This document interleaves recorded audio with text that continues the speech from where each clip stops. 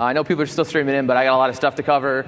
I imagine there's going to be a lot of questions because there always is at these type of talks. So we're going to get going right away. I apologize for turning off the arbitrary tech trivia. I know it's amusing. So my name is Mike Harsh. I'm a program manager on the Silverlight team. I've been working on Silverlight for about the last 5 years, back when it was WPFE. We talked about it at MIX10. And I'm really, really excited to talk about the phone stuff today. We've been, working with the Windows Phone team to bring the goodness of Silverlight to the phone for, last year and change. And to see everything yesterday at the keynote was just really exciting, and the kind of fruits of our labors. And so we're going to talk about today in this part, and Peter Tor's part directly after this is how you write these applications on top of your existing Silverlight skills. So the first thing to note is that I'm going to assume that you guys already know what you can do in Silverlight, and if you don't, there's lots of great places to learn online. And in fact, there was a talk just before this one where Sean kind of went over Silverlight 101, and that will be available for watching online shortly. So who here is familiar with what you can do in Silverlight today? A lot of hands. That's really good. Excellent. Okay, so we're on the same page. So kind of a quick overview here before we get into code, because we got a lot of fun stuff to show. As you guys all saw yesterday, as Scott announced, Silverlight and XNA are the basis for the app platform on the Windows Phone 7 series. So when you're creating applications, you're basically choosing either Silverlight for UI or XNA for UI if you need 3D graphics, and you're using managed code to program against that. The quick second bullet is interesting because there's been some questions and confusion around that. I want to kind of set the record straight. So for the first version of Windows Phone 7 series, there won't be in-browser Silverlight support. It's kind of the integrated app model that you saw yesterday, which is kind of part of the phone and integrated with the operating system. It's an out-of-browser model. It's not the in-browser support. It's something we're definitely looking at. We've done some research around, and when the IE browser itself on the phone supports plugins, we'll be there with Silverlight. And in general, if you guys have seen the Silverlight sessions we've done at Mix before, they tend to be kind of a lap around the platform. So it emphasizes what's new that you can use versus existing functionality. So we're really going to be highlighting what's new and different about this kind of new functionality you have, your new toys, if you will, if you're a Silverlight developer. And we're going to go over that stuff here. So as far as the two parts, what I'm going to cover versus what Peter's going to cover, so we're going to do a quick intro, a little bit more than what I've said already. We're going to talk about some new input paradigms and how input integrates with the device. Talk about some new output stuff and how that works with the device. We're going to show the web browser control, which is a little different from the one in Silverlight 4. And we're going to talk about OS application integration, so how your application can kind of take advantage of a lot of the goodness in the phone. Peter's going to talk about application structure and the general application model, so how you integrate with the back button, how you deal with orientation changes and things like that. He's going to talk about controls and theming. So as you guys saw yesterday, when Scott dragged a button and a list box onto the design surface, they look like the phone. So he's going to talk about how that works and how you can interact with that as developers. And he's going to talk about the kind of two key services that you have on the kind of phone ecosystem, which is location and push notifications. So let's dive into the intro part.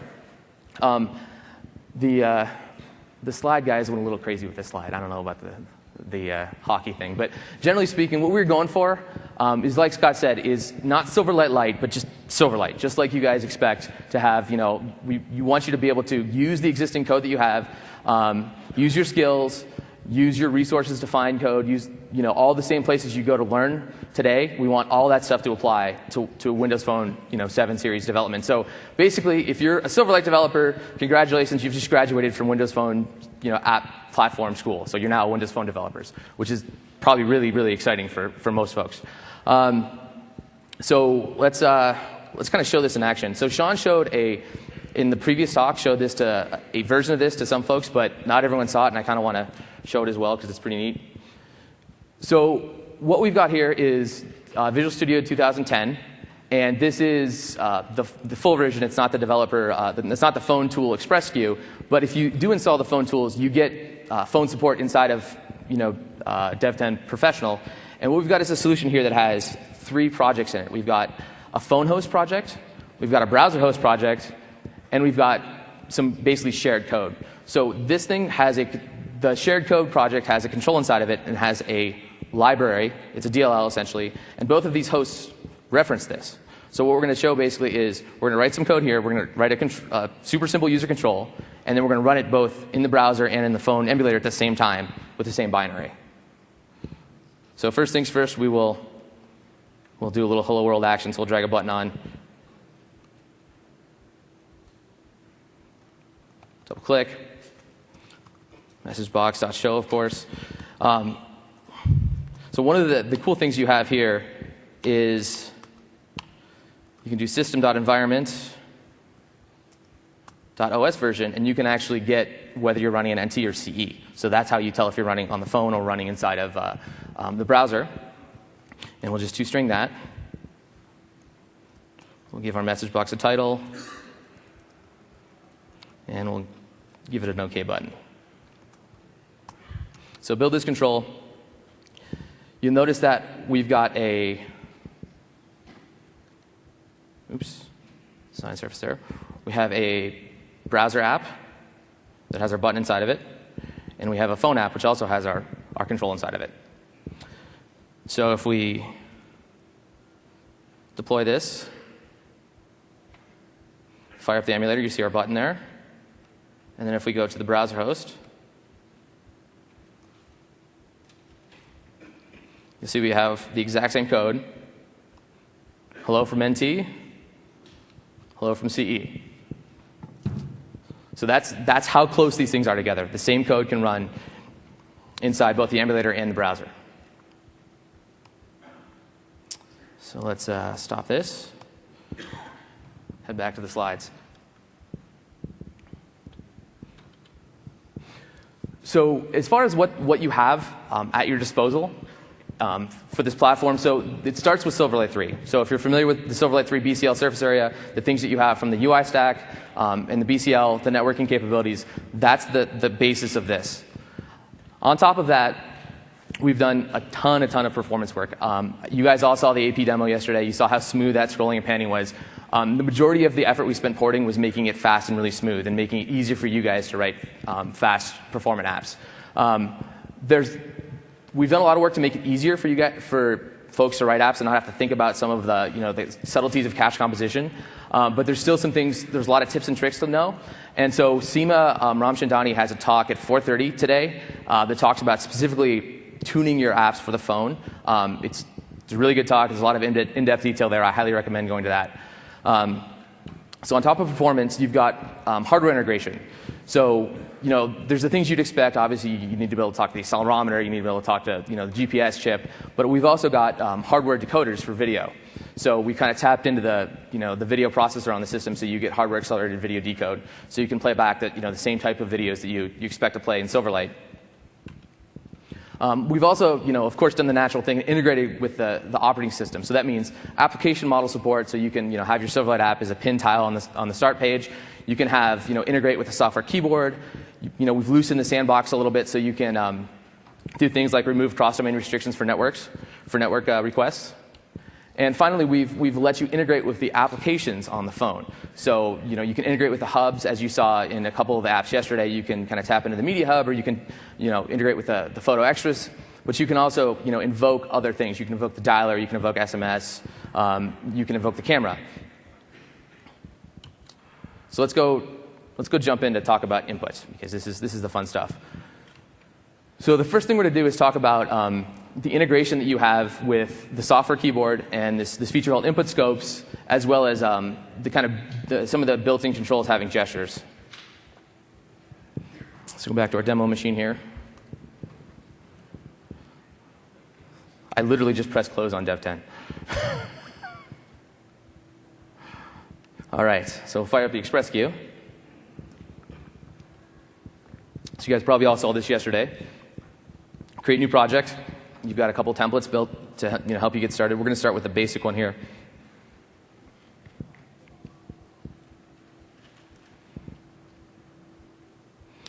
So for this sample we're going to build is basically a list that has all the input scopes available and a text box, and show you how those things interact. So what an input scope is, it's a hint to the text box, or it's a hint to the system, the software keyboard, what you want your text box to show. So, or to be use to input. So if you want to do a phone number, if you want to do a web address, an email address, or text, you use input scopes to give the software keyboard a hint. So if you're familiar with the WPF input scope, it's basically the same API there.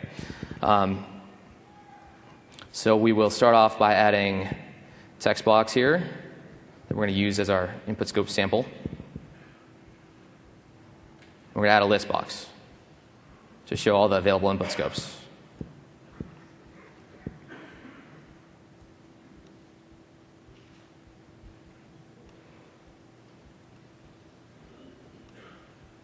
Come on, you can do it. All right.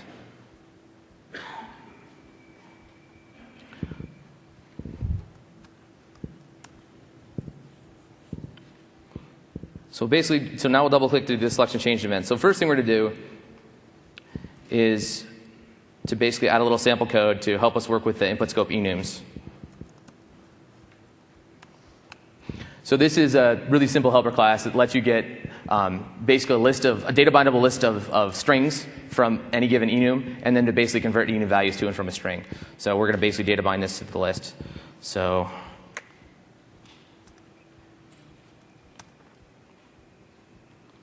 then we need to populate the list box. So we'll just say list box 1, item source,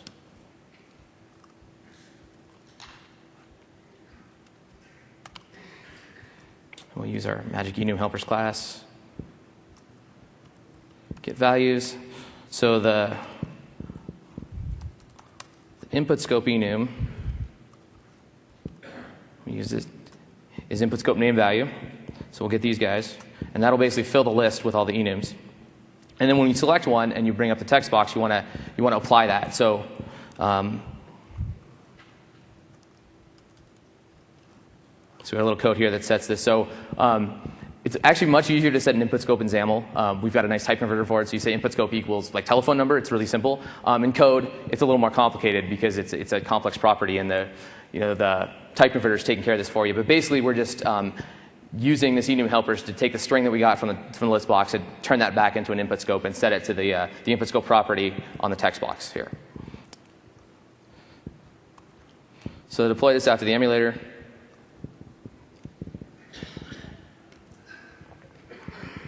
so here's our list of all the input scopes available. So the first thing I want to show is, and Scott showed this yesterday too, is we've basically taken Scroll Viewer and implemented pan and flick on that, so you don't have to write any code. So anything that uses a Scroll Viewer, including a list box, just automatically gets panning and flicking automatically. So you don't really have to think about that much. It just kind of works. And we've done a lot of work to make that work super smooth and very quickly. So first we'll show the, let's pick an interesting input scope here. How about telephone number? So you guys all saw the standard software keyboard yesterday. And when you set the telephone number input scope, it looks a lot different. It looks like a telephone number. So it's kind of neat. If we go back, you can do just a straight up number. So instead of showing characters, you get the things you might want for a number. My favorite one, though, is text. This one's kind of cool. So built into the phone, they have this view where you can get all the emoticons. So you can kind of go party away on this stuff. It's kind of neat. And there's one more here that's chat, which is actually a visual version of that. But there's a bug right now in the emulator. So if you click this, you see a bunch of the pictures of the smileys. But in the emulator right now, they're all the same except for one. So there's some resource mapping issues there. I shouldn't start out showing you a bug in the platform right away. But that'll actually be really fun once it's fully working. So we'll go there. So jump back to the slides here.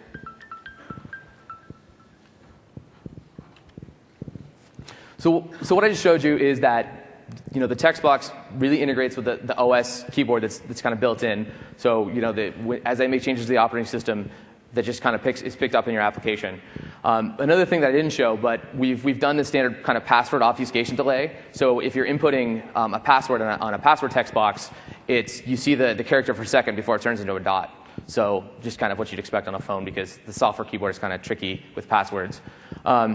We talked about input scopes. So again, there's a big list of them. The kind of key ones that are really interesting, you've got text, URL, number, time, telephone number, and email address. And then we showed how Scroll Viewer has built-in support for penning and flicking, so you shouldn't have to think much about that from a gesture integration support. But if you do want to, we've got these new events on controls called manipulation events, and those give you pinch and zoom, pinch and stretch and zoom data, and it basically just comes with you subscribe to this and you basically just get a transform out for what the result of that is. So it's really easy to use. You can use this to hook pinch and stretch up to a deep zoom control in a couple minutes. So now we're going to talk about the accelerometer. This one, it's pretty straightforward once you understand it, but until I found a picture similar to this, I really struggled to find out what was going on. But basically the idea is that you get force. It's effectively in units of gravity applied in every dimension over time. So every sample comes with an X, Y, and Z force as well as a timestamp. And so if you think about your device, like we've got one here, if it's sitting on the ground, Z is in, and X is this way, and Y is this way. So X and Y make sense. They're same as screen coordinates, and Z is into the device. So if it's sitting here like this, you have one gravity force down, right? So that's negative. The Z-axis is down that way, so you have minus 1g. If you put it this way, you have minus 1x. And so as soon as you understand that, it kind of makes sense, and you can basically use that to orient the device in space. So it's kind of nice. And you also can get greater than 1 gravity. So if you shake it or do something crazy with it, you can get units of gravity greater than 1, and that's how you can figure out if you're doing something, your Urban Spoon type app where you're shaking the heck out of it. So let's go dive in and write an accelerometer app. So switch back to the demo laptop here. So we'll create a new project. So what we're going to do here is we're going to basically just add a button, and we're going to have the button move as you tip the device. It's not super advanced, but I'll show you another demo afterwards. It's a little more fun. So we're going to change this to be a canvas. It's easier to set the X and Y position on that. Drag a button out. OK, so our button's kind of roughly centered. See that here. So what we'll do is we'll add a reference to the devices. So this is the first time we've looked at the references. So you'll notice that your standard Silverlight surface area is like you'd expect it, all in the system namespace.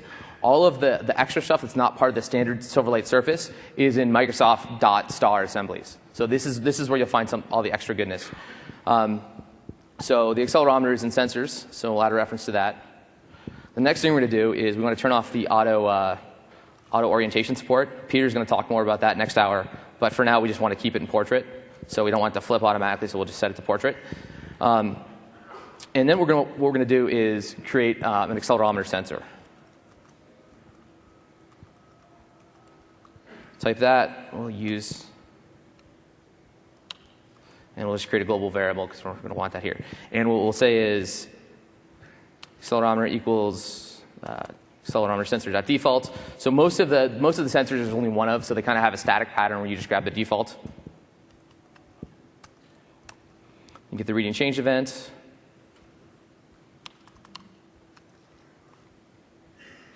Oops.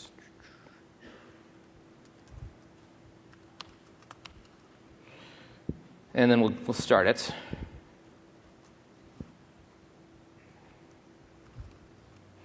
All right, so there's 2 bugs right now with the accelerometer. Not bugs, kind of API design pattern no-nos. The first one, which is kind of a pain, is that this event right now fires on the background thread, so it doesn't fire on the UI thread. So to get around that, we'll just do a little dispatcher begin invoke love. So we'll just basically marshal back the UI thread. That's something we definitely want to address before this ships properly. The next one is more of just kind of an anecdote, but so what we're going to do is basically set the left and top property on the button based on how much is being tipped.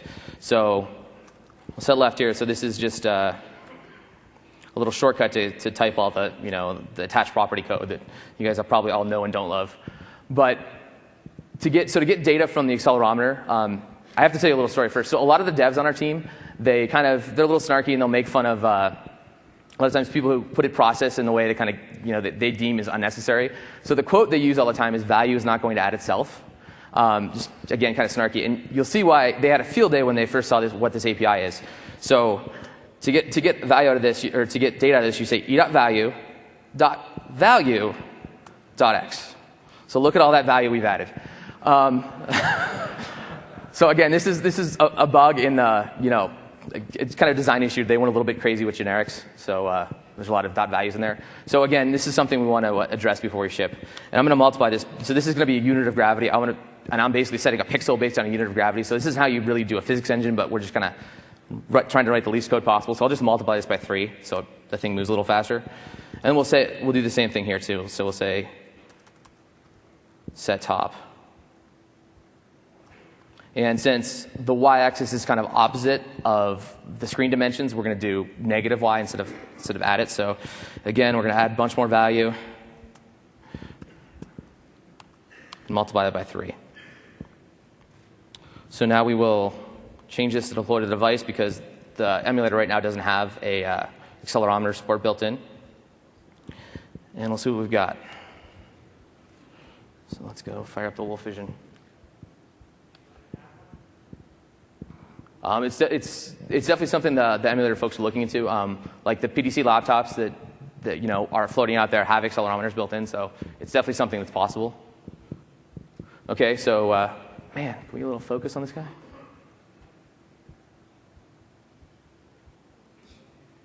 It's so not happy right now. Okay, that's going to have to do. This is good enough for this demo. So we'll click the button to start, and now you can see as we tip the thing, it moves.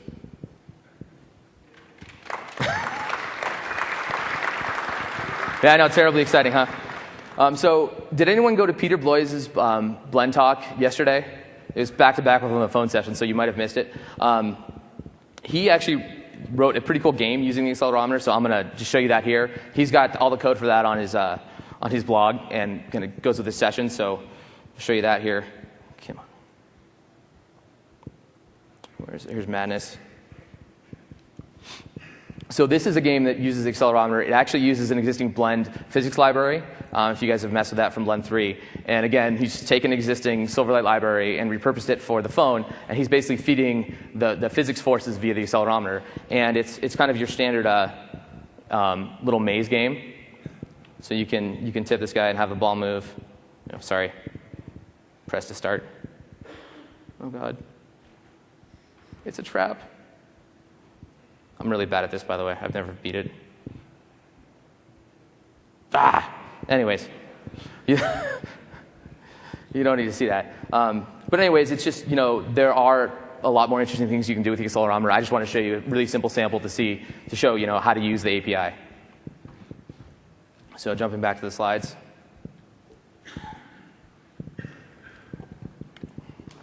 Another form of input is the microphone API. So this is something that came in from the XNA framework. And so if you're familiar with the XNA mic API, this is something that you'll be able to use in Silverlight apps as well. Basically, it gives you access to the raw PCM wave data popping off the mic. You can set a buffer of about a second total. And when the buffer's filled, you get an event, and you call the getData method to pull data off that. If you want to sample faster, you can actually just call the getData method whenever if you want to basically consistently pull. And if you're writing an app with this, you need about 10 millisecond latency. So it's pretty good for real-time processing, but it's not perfect. So now we'll jump to talk about output. So again, we'll hop back to the PC and write some code.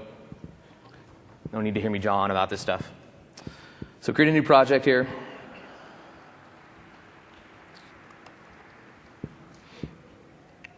So first thing we'll do here is add some media.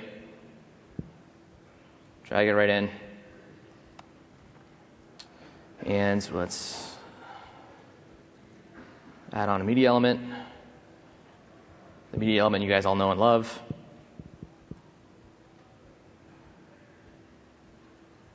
Okay, so because all this stuff is done with hardware decoding, you have to basically set bitmap cache or the cache mode to bitmap cache. This is something that we're going to do automatically when we ship, but for now you have to do this. So unless you set this, you won't actually be able to see media playing back.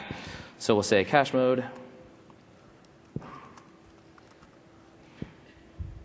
And then we'll go set the rest of the properties in the property grid. So set the source to our movie.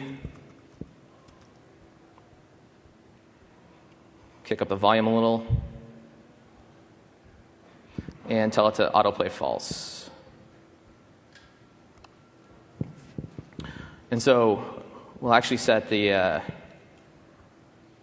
we'll set it so when you click on the media element, it starts to play back. So we'll say mouse left button up. Now here what we're going to do is we're going to give the user a little nudge that the video playback is starting, so we're going to use the vibration API. So we'll add a vibrate controller. I need to add a reference first. So this one's in Microsoft.devices.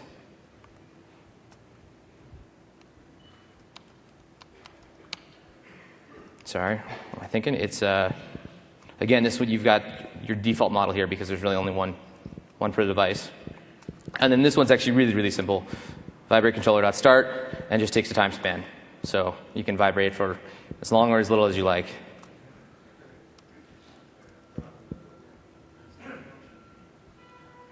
It's a static. It's magical. Oh, sorry. Yeah, it's a property. Thanks, guys. Coding with friends. And then we're going to start the media playback. So let's do 2 seconds. 3's a little excessive. Don't get any ideas. So now again, we'll deploy this to the device because there's no vibration thing on a PC that I know about. You guys have dirty minds.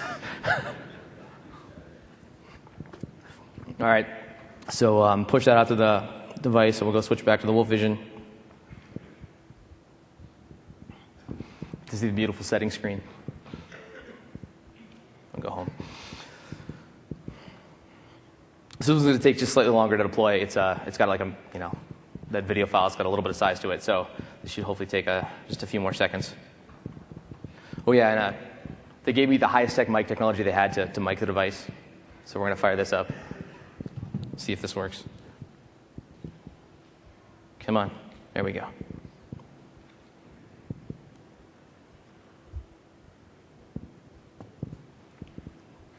And I screwed something up. Oh well, let's see. There you go.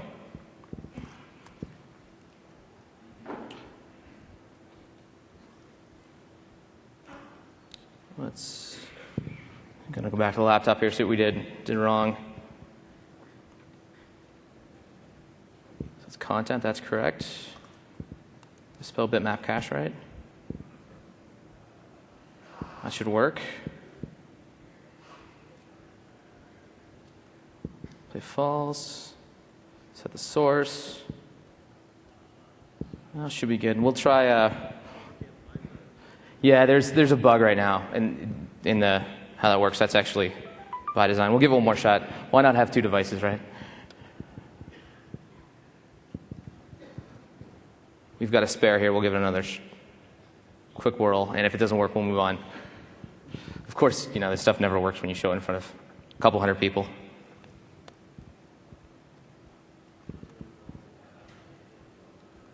Yeah, there's a bug that it's the relativeness is not working for media files right now.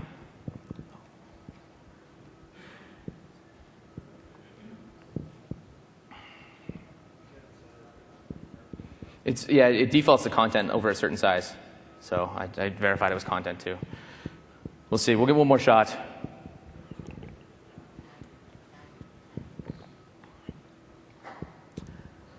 And nope. Oh well. Sorry about that. I do have another copy of the app. If you guys want to see it afterwards, that does shake for 2 seconds. I promise. You can come by and check it out afterwards. So I'll move back to this device for now. All right.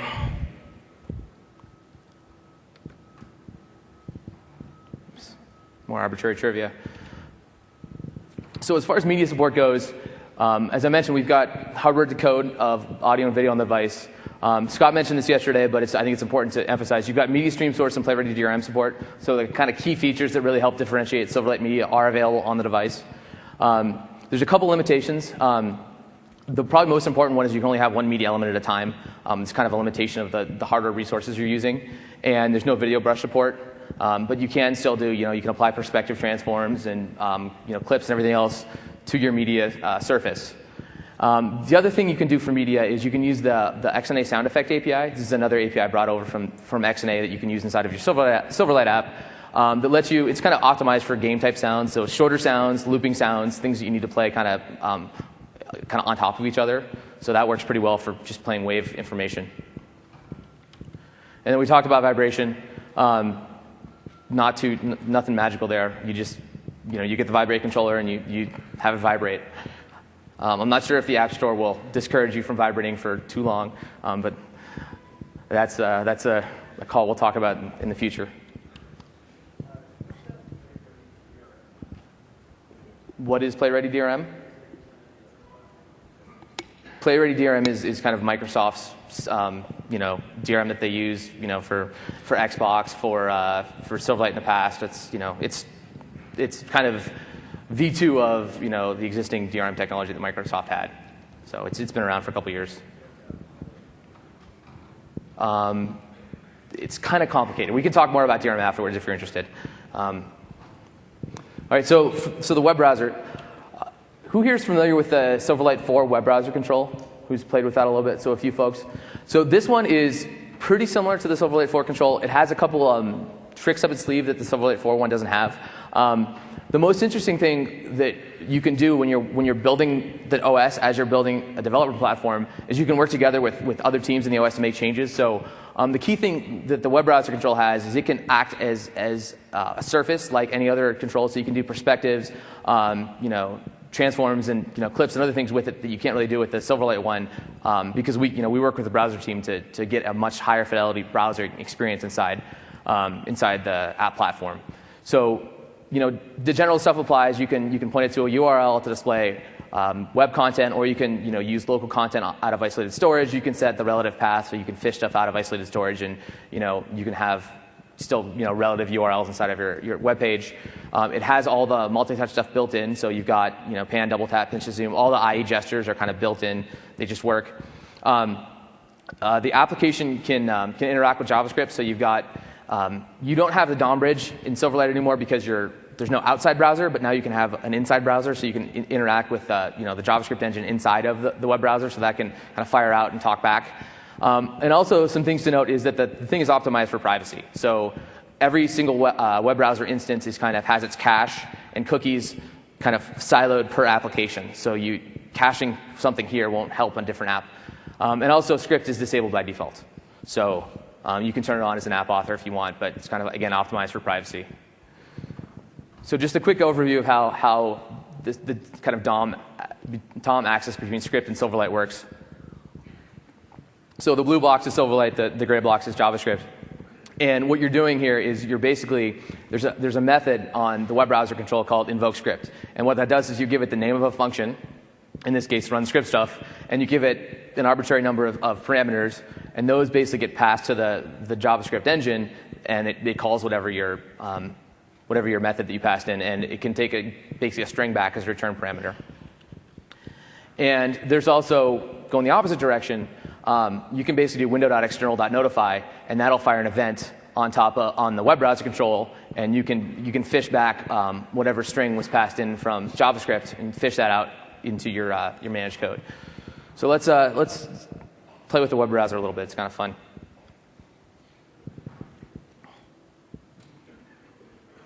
So first thing we'll do is open an existing project that I wrote a while ago.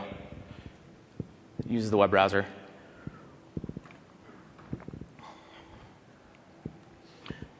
So what we've got here on the design surface is I'm making a web browser, essentially. You've got a web browser control, you've got a text box, and you've got a go button. And when you click the go button, it navigates. So kind of what you would expect. So again, we'll run this in the emulator. So we'll do your standard navigate. We'll go to Bing. By the way, I hope the Bing guys work on their mobile version. It's not terribly great right now. You'll see it in a sec.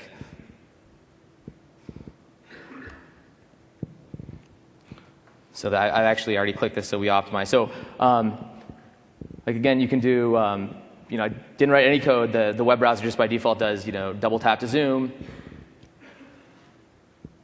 You can go to image search, pan around. The SIP, the software keyboard, is also wired up through the web browser control. So you can do the things you expect there. So let's maybe search for some mixed images.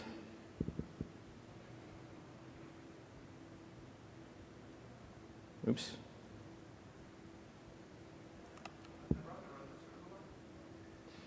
So we've got right here is basically the same web page.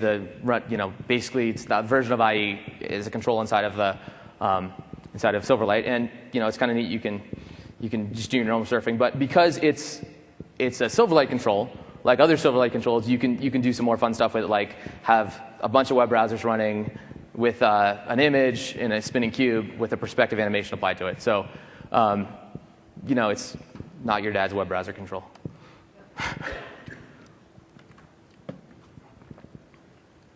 So now we'll do a quick project to show off the script interop.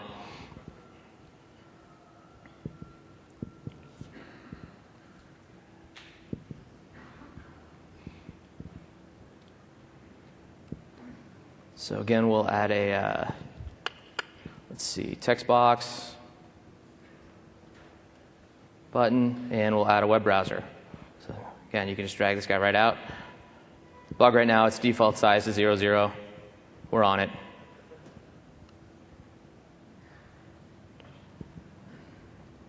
So what we're going to do here is basically have a little piece of HTML inside the web browser control that's going to talk out to to Silverlight, and this button is going to basically talk back into the script.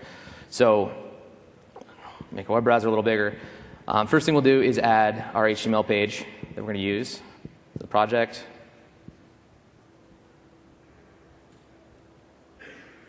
And make that an embedded resource.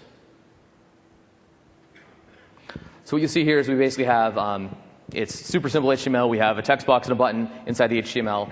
And if you click the button, it calls back out window.external. And we have this method here that's going to set the text on the HTML text box, and which we'll call from Silverlight. So let's go back. So first thing we'll do is reference or hook up the loaded event. So something you'll learn real quick. Don't wait until the web browser is loaded. It doesn't like to be navigated. It doesn't like to be poked and prodded until it's been loaded inside the visual tree and the kind of inner ActiveX control has been spun up. The inner web browser essentially has been fired up. So what we'll do here is we'll get the HTML as a stream. So just your standard stream reader stuff.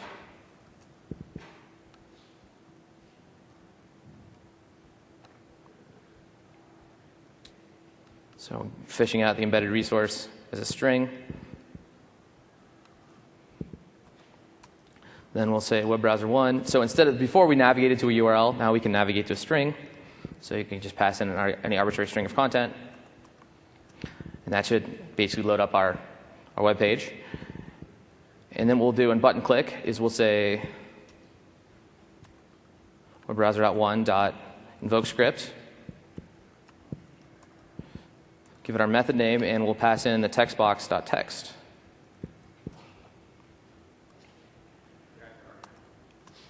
We're getting there. So this is our method we're going to call from JavaScript. If I don't copy it, I'll screw it up.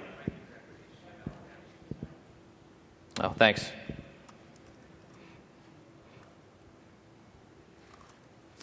And then, so to call backwards, we will do the script notify here. And before I forget, we're going to enable script, which is the property. As I mentioned before, it's disabled by default. Script enabled, true. So what we'll do is we'll set the text box.text equal to what we get from the event args. More value added. All right.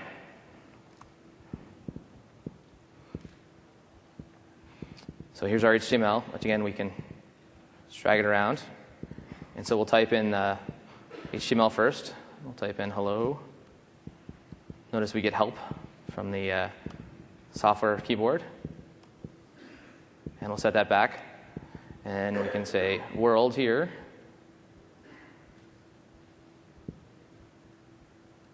And set that back into JavaScript. So that's basically JavaScript and Silverlight interacting with each other. Thanks. Now, of course, the canonical JavaScript C# sample is the chess app, which I'm sure you guys have seen. We showed it at MIX10 to show the performance of C# versus the browser's JavaScript engine. Joe Stegman ported it last year to use the local connection feature in Silverlight 3 to have Chrome and Firefox playing JavaScript engines fighting each other. So of course, we got to port it to the phone. I mean, what good would a Silverlight talk be without the chess app? So we've got the chess app here. Let's fire up our main page.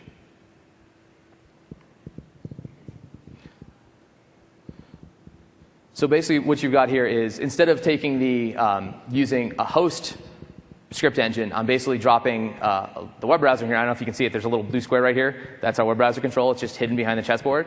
And I'm just stuffing the entire JavaScript chess engine in there. And I modified the way the interop works to use the kind of new script interop. And so we'll play this. And we've got chess. So again, we're seeing that, as per usual, C# is making hay with JavaScript. You can probably guess how this ends, so we don't need to see it. All right, let's go back to the PowerPoints. So now we'll talk about OS application integration. So this is kind of where a lot more fun stuff that you can do with the phone. So there's kind of three buckets here we'll talk about. The first one is hub integration. So in a couple of the apps that you saw yesterday that Joe showed in his section, so the Netflix app, you'll notice it contributed history information to the media hub. So there's APIs for that. There's also the ability for your application to kind of register as a photo app and kind of pop up in the photo extras hub. And then you saw the Colorizer app that Joe showed in his section do that as well. Launchers are kind of your fire and forget way to invoke a application that's on in the operating system, and that will basically fire and forget. That'll basically send your application to the background and fire up the existing app here. So you can SMS, email, maps, browser, all the standard stuff you'd expect, the dialer. And then there's choosers, which are more like an open file dialog, which invokes a shell experience or a phone experience for picking something, like a contact, an email address, an image, or the camera, and gives that data back to your application and returns when it's done. And so those are kind of the three buckets of kind of OS integration here. And the first thing we're going to show is, the demo I'm going to show here is a chooser to do some camera stuff. So we'll create another new project. VS is getting tired.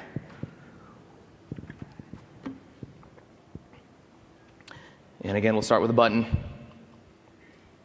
They make the world go round.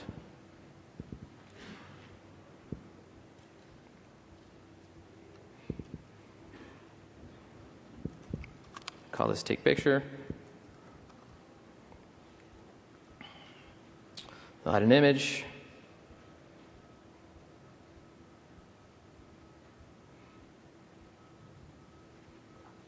All right, so need to add our reference. So all of the launchers and choosers are all in the tasks reference and task assembly. So we'll add that. The one we're going to use here is called camera capture.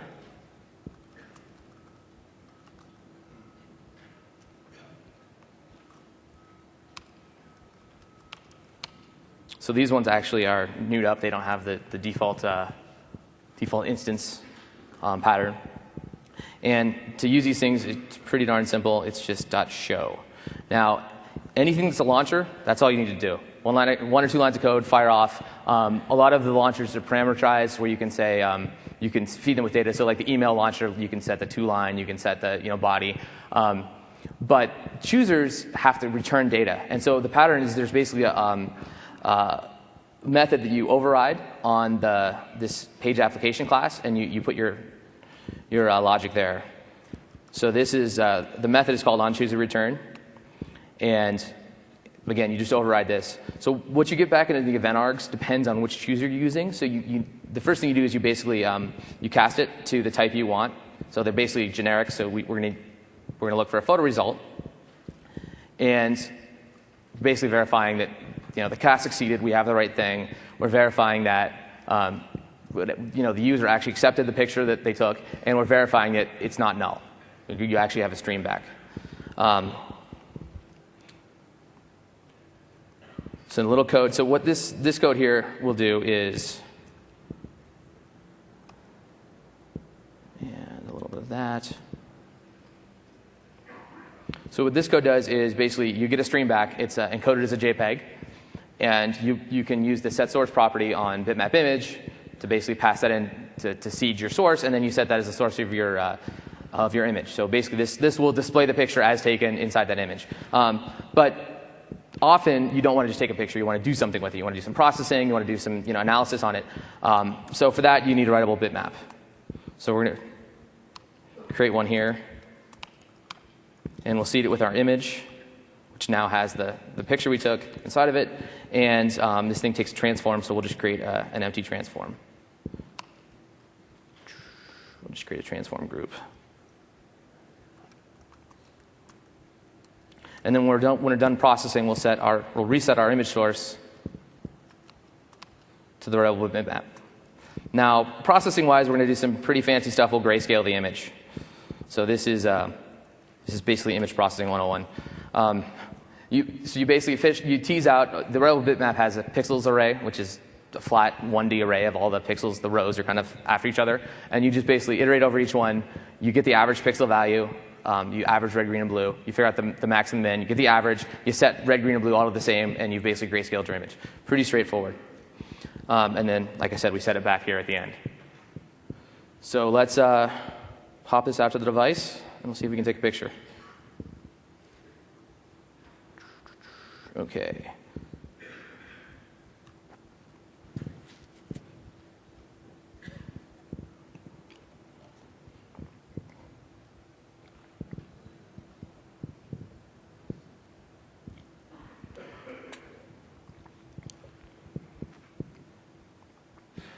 Unlike media playback, I've had much better success with this one, so hopefully this demo works.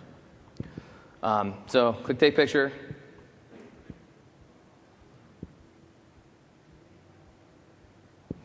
We've invoked the camera here, so you can't see this. I'm going to take a picture real quick because the wolf vision is not very big.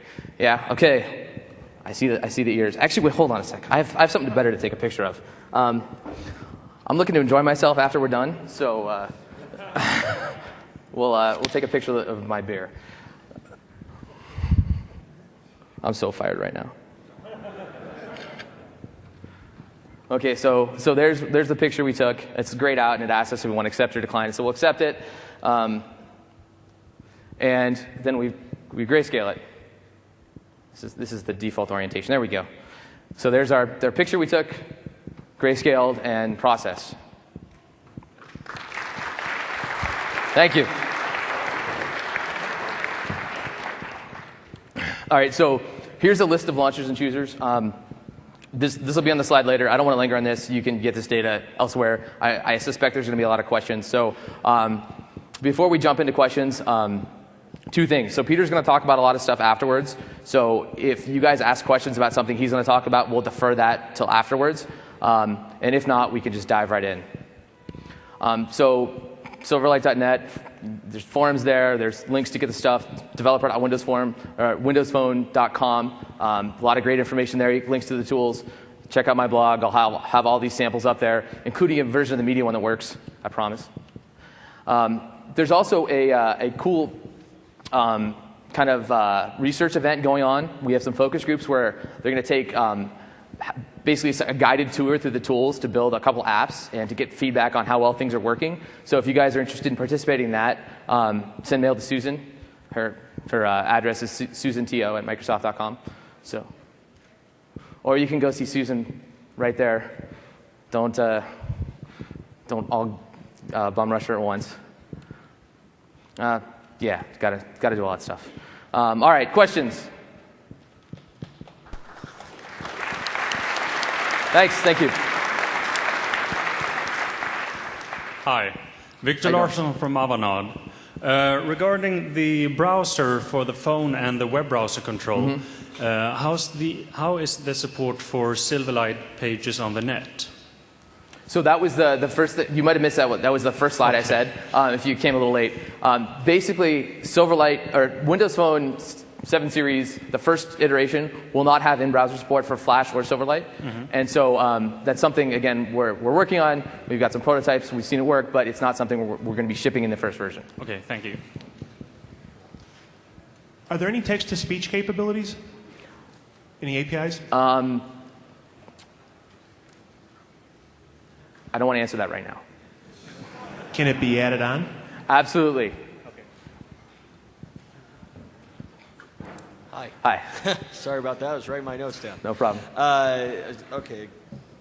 I had 3 questions, if that's okay. I can go back and forth, though. We'll see how complicated they are. Number 1, I don't know if you can say anything about it, but software updates, I know this is something that I dealt with on Android development. 1.5 came out, and now 2.0 and 2.1 are out.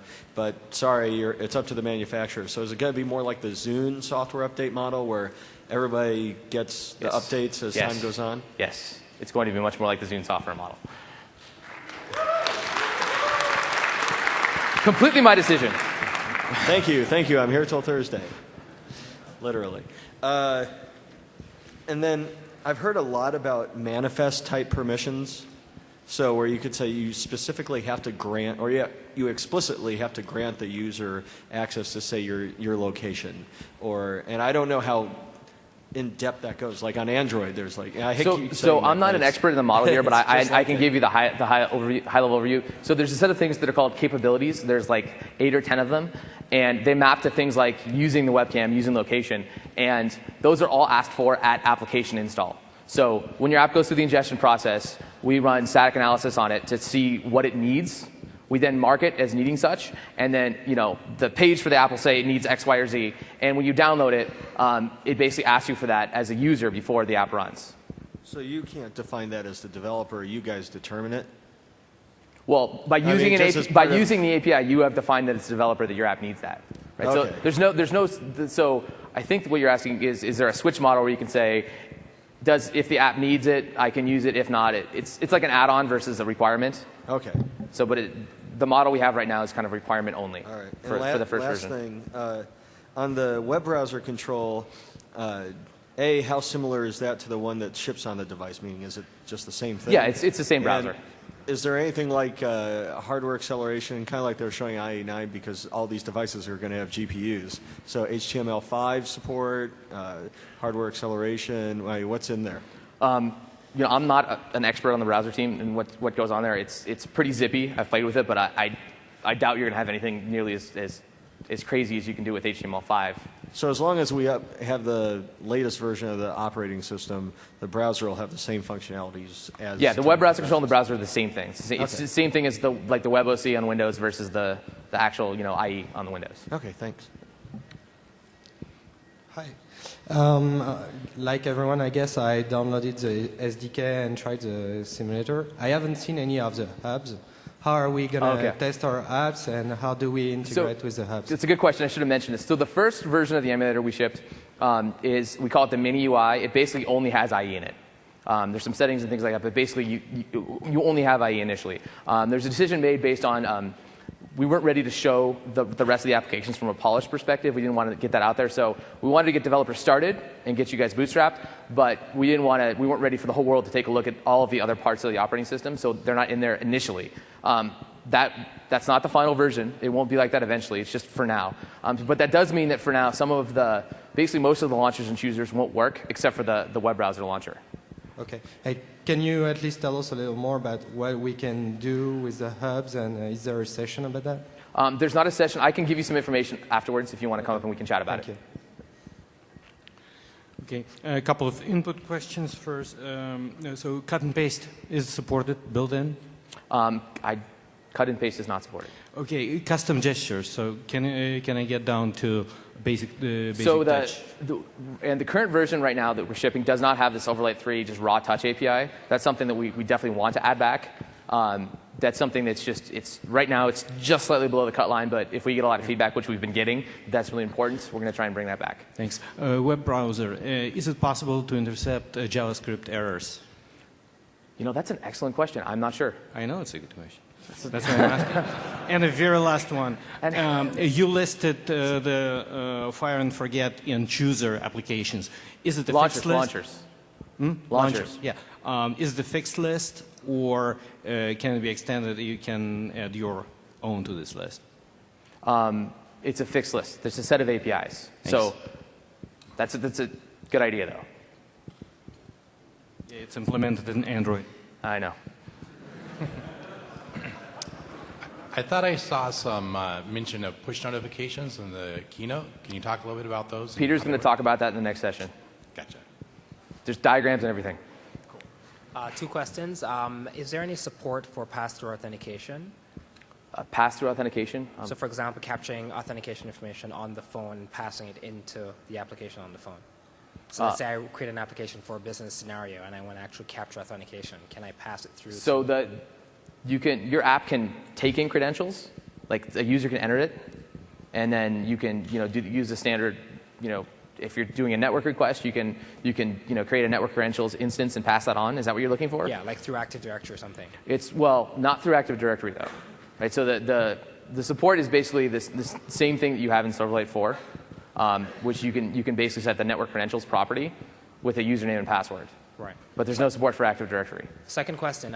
These new devices I'm assuming are going to have storage. So, for example, micro SD cards. Is there any support for accessing local storage, which is built-in memory? So that's a good question, and something I should have covered. So the storage is isolated storage. So if you're familiar with the Silverlight model, isolated storage, except there's no limit. Right. So your app can party on it. The property that basically is how much space you have, or use size is turned into how much space is left on the device. Right. So you can party away on that. So it's going to be limited to isolated storage that's on the physical device. You can't leverage anything on an SD card, is what you're saying? No, you can leverage an SD card. The OS merges them together. Okay. But you can, you're limited to how much is physically available. Okay. All right. Thanks. Yep. Hello. Just 3 quick questions. It's related to the video capabilities. We develop mobile applications for other platforms. I'm looking at bringing clients to a new app store.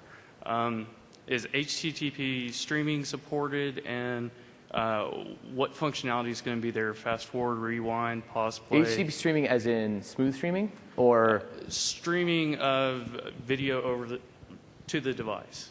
So there's a standard we call progressive download, which is you just put a media file on a web server, don't think anything about it. That works. We're working with the IIS team to implement smooth streaming. We have Media Stream Source. We have the basic stuff there. IIS doesn't yet support smooth streaming targeted at the device because you want to basically do tuning based on the network and hardware capabilities, and they haven't done that yet. But they are definitely very interested in that. And in fact, I think one of the sessions sometime at MIX, those guys are actually talking about smooth streaming on the phone. Okay. And are there any HD codecs like H.264 that will be supported? Yeah, I should have mentioned all the formats. So basically, unlike Silverlight in the browser, Silverlight on the phone uses the built-in operating system playback stack, which is why we kind of get hardware acceleration. And you have access to anything that thing can play back. So if you look at what you can play back on your Zune, that's probably a pretty good representation. Okay, so just, progressive download worked over Wi-Fi, so that'd be good. And the other question would be to home screen. Could you do the same thing, stream video to home screen, pause, play, video preview? The home screen just has tiles, right? It's shortcuts for launching, and those things you can put minute bits of information on them, but you can't stream a video to it. Okay. Right. Okay, and I guess last question is just as far as compiling and signing, last time I checked in on Windows Mobile, it was just cab signing for the App Store. Is that still going to be the case? I'm not actually sure what the App Store is going to do, but every app will be signed by that store. So you upload a clean one, they do their magic to it, and it comes back signed. I'm not sure what the actual signature verification is there. Okay, cool. That's it. Thank you. More questions? You guys are relentless. Oh, I guess this is the only line now. Like what? Anyway, so no cut and paste in this release or in what you're going to end up releasing in version 1.0? So I can say in Silverlight we will do whatever the phone operating system does. Right now it's not in the phone operating system, so I'm not sure when they will add that. Okay. Now, in the keynote yesterday, or maybe it wasn't the keynote yesterday, maybe it was the session after that. But anyway, in order to gain access or integrate with the hubs for the social side, you had to be registered with Windows Live. Yep. You know, so like Facebook or Flickr or whatever, as long as it was something available through Windows Live, then it would work. So does that mean that there's a standard social media API? That there's guaranteed functionality on the social media side, and then some way to enumerate additional functionality? So that's kind of a complicated question. So first thing first, yes, you need a live account to log into the phone. The out-of-box experience basically has, you either punch in a live account or you create a new one. If you've probably been to Hotmail, you know that that default screen aggregates a bunch of different social networking. That is the kind of same thing that's aggregated on the phone. As far as APIs go, you have a contact picker, which will let you basically choose a contact, and that contact can come from any of those sources.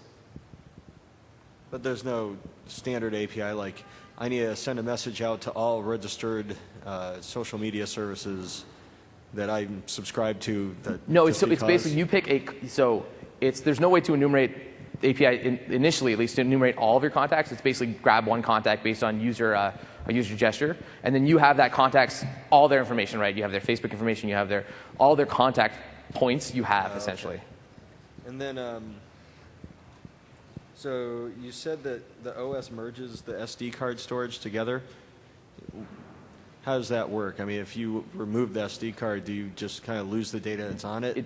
From what I've seen, it's not. The phone is not super happy right now. If you take out the SD card, so. Okay. So it's not like the soup on the old Newtons. Never mind. That's old school. Hi, I'm Nilay from Engadget, so you should probably know that I'm probably going to print whatever you say. Our guys are freaking out right now because you said software updates are going to be more like the Zune. Does that mean they're going to be carrier independent? Does that mean you plug in your device to I should sync? bring Charlie up here to answer this one. Is Charlie in the audience? I know he was up here beforehand.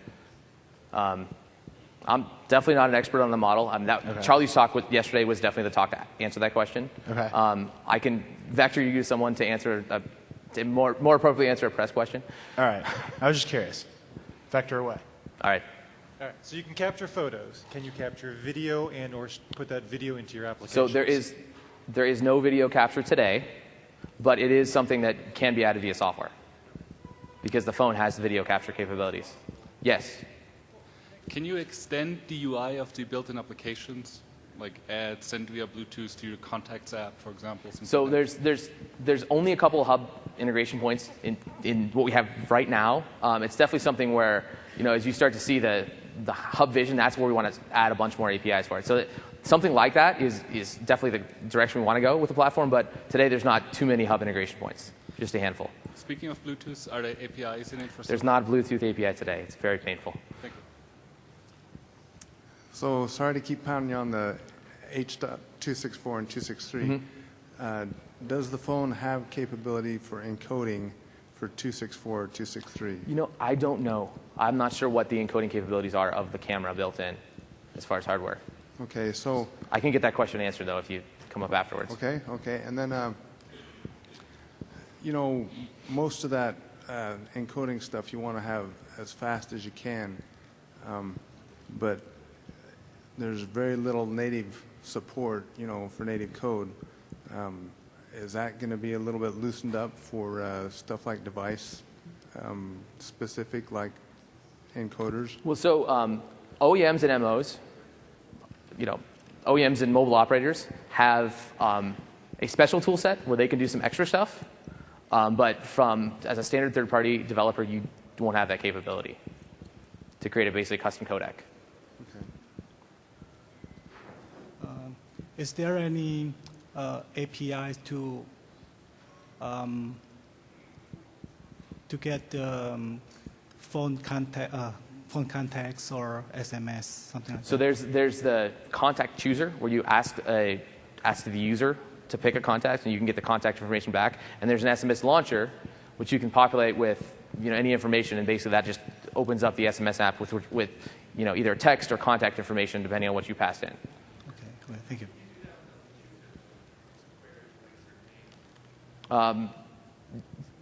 Sorry, Jared. What was the question? I didn't quite fully understand that. You can't pull the full list of contacts, right? There's no API to enumerate all the contacts. So you basically, it's a one-time, one-shot option to get a contact. Yes. Is it possible for third-party hubs and apps to integrate with each other, or can they only integrate with the default phone? So there's no support for that today. That's kind of going back to can you add your own launchers and choosers to a list? It's definitely something we're interested in. As others have mentioned, it's other competitive operating systems have that, and it's definitely interesting. Hi. Is there ways for my application to register for events from other applications that are built on the phone, so that push notification with local push? So the only way you would have that is if they were interacting in the cloud through push notifications. Okay. Right? If the apps knew about each other and they interact in the cloud, you could send that down, but there's no local way for them to talk to each other. Okay. And then what about being able to send SMS messages via an API? So that's the SMS launcher is basically what you have there. So you can but it has to open the UI. You can't do it through code. Yeah, you basically you can feed the SMS UI like a full message and a contact person, but you can't send it without the user clicking send. Okay, thank you. Hi. You mentioned using a live account to tie into your phone. Is it a one-time thing, or can you switch in between? I know I have multiple live accounts for different... That's a good question. I'm not sure. I would hope that you could add multiple accounts, because I also have multiple live accounts. Yeah. Okay. So that's a great question. Are you including any database integration? So there is no database API initially. And that's very painful, I know. I shake my head too. Not even Express, nothing? No, there's no database API initially. Okay.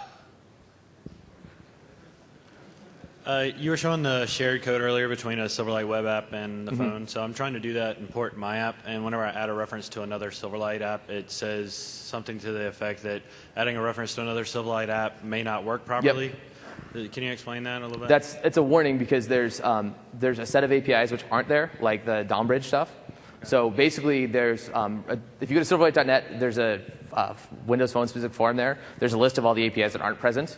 Okay. So if you don't use those, you'll be fine. But that warning is basically it's like you're kind of going into untreaded territory because you could easily write code that is not going to be there on the device. Okay. And would those still service at compile time or at runtime? Compile time, right? It's going to be at runtime where it'll fail. All right, cool, thanks. Is there a Blender support? There is a Blend preview available. Okay, thanks. Hello. Isolated storage, are we going to be limited like on Silverlight for the browser or for either browser? Or So isolated storage is where your app puts all its information. You have the isolated storage APIs for interacting with it. There's no size limits aside from the physical amount on the device. Cool. So it's party time. Just be gentle.